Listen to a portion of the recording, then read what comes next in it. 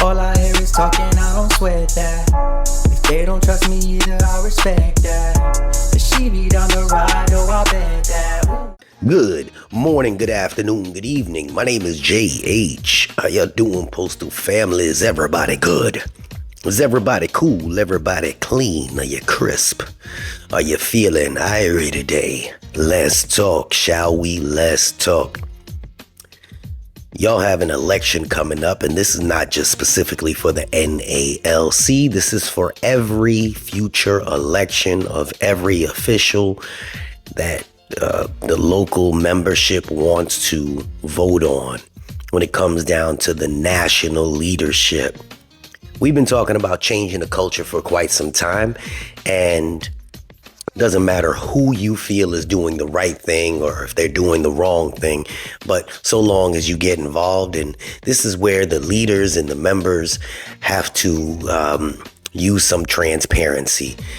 We don't want to use scare tactics in order to make somebody fear if you vote for this person, well, this is going to happen. Look, vote your conscience. I said this when we came down to the regular elections in the United States, and I'm saying it when it comes down to the elections in the local unions. Now, you all with the NALC have a national election coming up. You have 3 people so far that are going to probably be running for president. And one is Renfro, one is Cariff, and one is Henry. Now, they have all these little subgroups that they have with them. And I want to put some clarity on that because there's misinformation and then there's real information. And I need you guys to know the real information so you can make an educated choice. An educated choice. Not one that's built off of fear, not one that's built off of what your partner in 2 cases over suggests you do. You have to vote what you feel is correct. Now, this is one of those videos that you should probably share, which is something that I never say. I never share my videos, but people need to know this. All right. So there's the CLC and then there's Cariff, and I'm not sure the group or the slate. That's what y'all call them, slates that he may be running with if he's individual. And then you have Renfro with his group as well. And people feel like, well, if I vote for Renfro, it's not that I'm voting for Renfro. I like the vice president that he has, which is Henry. Well, Henry's not going to be there, or I like, the treasurer or the secretary, whatever it is. So that is not how this works. Okay. It's not how it works. Whenever you hear somebody say vote straight down the line, no, you have a choice. Again, a choice. And I will explain it to you so that there is clarity. And again, I had to do the research. I actually called a couple of those that are sitting up top to ask them how this election works, so there was clarity. All right. The National Association of Letter Carriers elects its officers through a basic democratic process. And here's how it generally works. All right. Number 1, which is the president. Everybody says, oh, if I vote for Henry, I'm going to get the whole slate. That's not how it goes. The president is elected individually by the membership through a vote. This is typically done during the National Convention, which is held every 4 years. So you can mix and match. Other officers, similarly, other national officers such as vice president, secretary, treasurer, and others are also elected individually by membership during the National Convention. The delegates, the National Convention is composed of delegates from local branches. That's your branch. These delegates are elected by the members, of their respective branches to represent them at the convention. While the president and other officers are elected individually, they often run as part of a slate or a team endorsed by a particular faction or group with the union. However, each position is voted on separately, and it is possible for members to mix and match candidates from different slates. You can do that. Local elections at the local level, branch officers such as branch presidents are also elected individually by the members of the branch. In summary, each officer is elected individually, but they may campaign as part of a team or a slate. The elections are held during the National Convention with delegates from local branches casting votes on behalf of their members. Now, understand that, because some people love Corey Walton. I think he's great. I think he's extremely knowledgeable. Please do not take that as me endorsing him. I'm not part of your thing. I'm simply giving my opinion, okay? Don't be like, oh, Jay said, no. My opinion is he's extremely knowledgeable. He's well-spoken. He's fired up. He's no nonsense. That's my opinion. But he's part of the CLC. So people are saying, if I vote for the slate of CLC, I'm going to get Corey Walton. No, you have to vote for him individually. Okay, you have to vote for him individually. If for some reason you like Cariff in Chicago, but you also like Corey Walton, you can vote these two different people, even though they're not on the same team. If you like Henry and you like somebody that may be running with Renfro, you can vote these people, mix and match. That you can do. Please do not let any of them, and I talk to all of them. I like Henry, I like Cariff, listen, do not let any of them say, hey, vote for this team. No, that's not how it works. Unlike, how the president of the United States has as vice president, you have to vote. Don't you vote for the president? This one comes with them. That's not how it works here. All right. Please do not get that confused.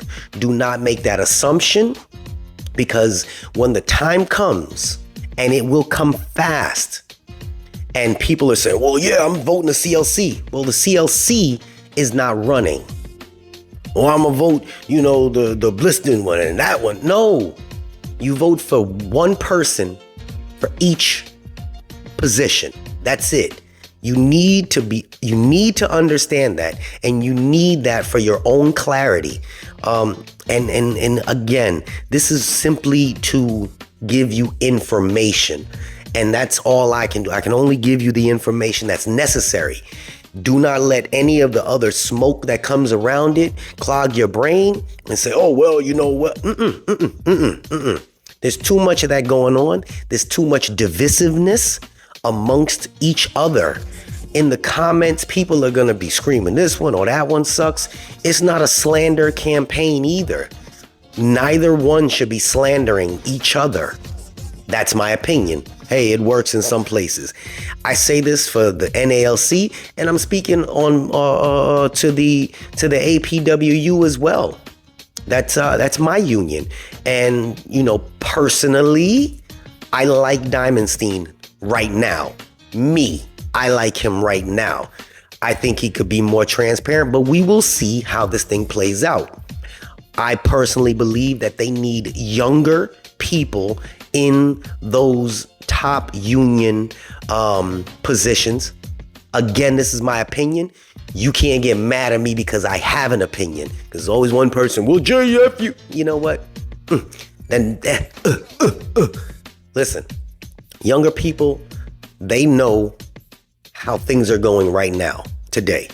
Like, look, I'm a prime example of it. I want to play a PlayStation game. I have to call my 9-year-old to help me figure things out.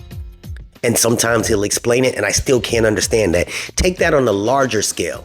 If a majority of the people that are here are younger or under the age of 40, you can't have somebody that's 65, 70 making decisions for the younger people, because they cannot comprehend what the younger people need and want.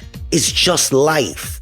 That's reality. It's not debatable. Even though me as a father, I can say I know what's best for my son, I may not be living in my son's time. My son is 30-something years old. I'm not living in his time and going through the experiences that he's going through. So I can say what I suggest, but I may not know exactly what's right for him.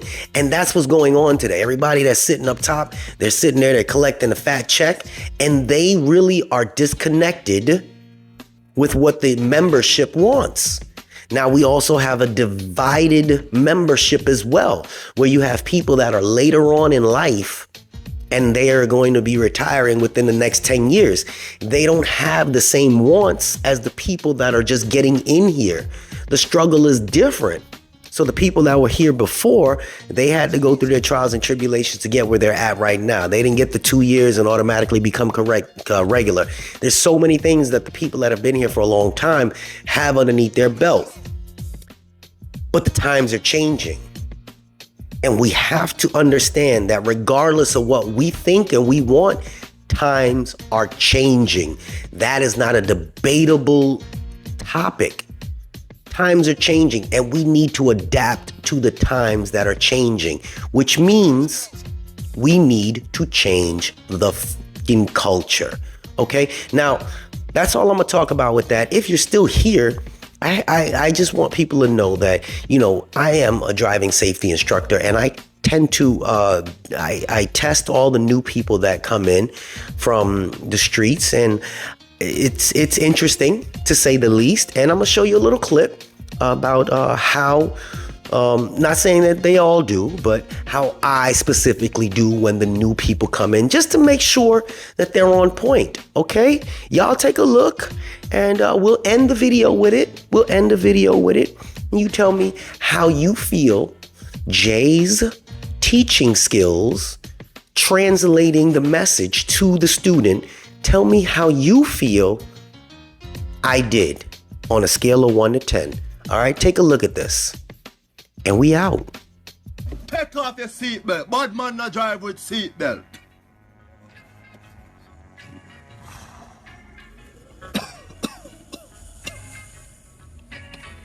But what you indicate for?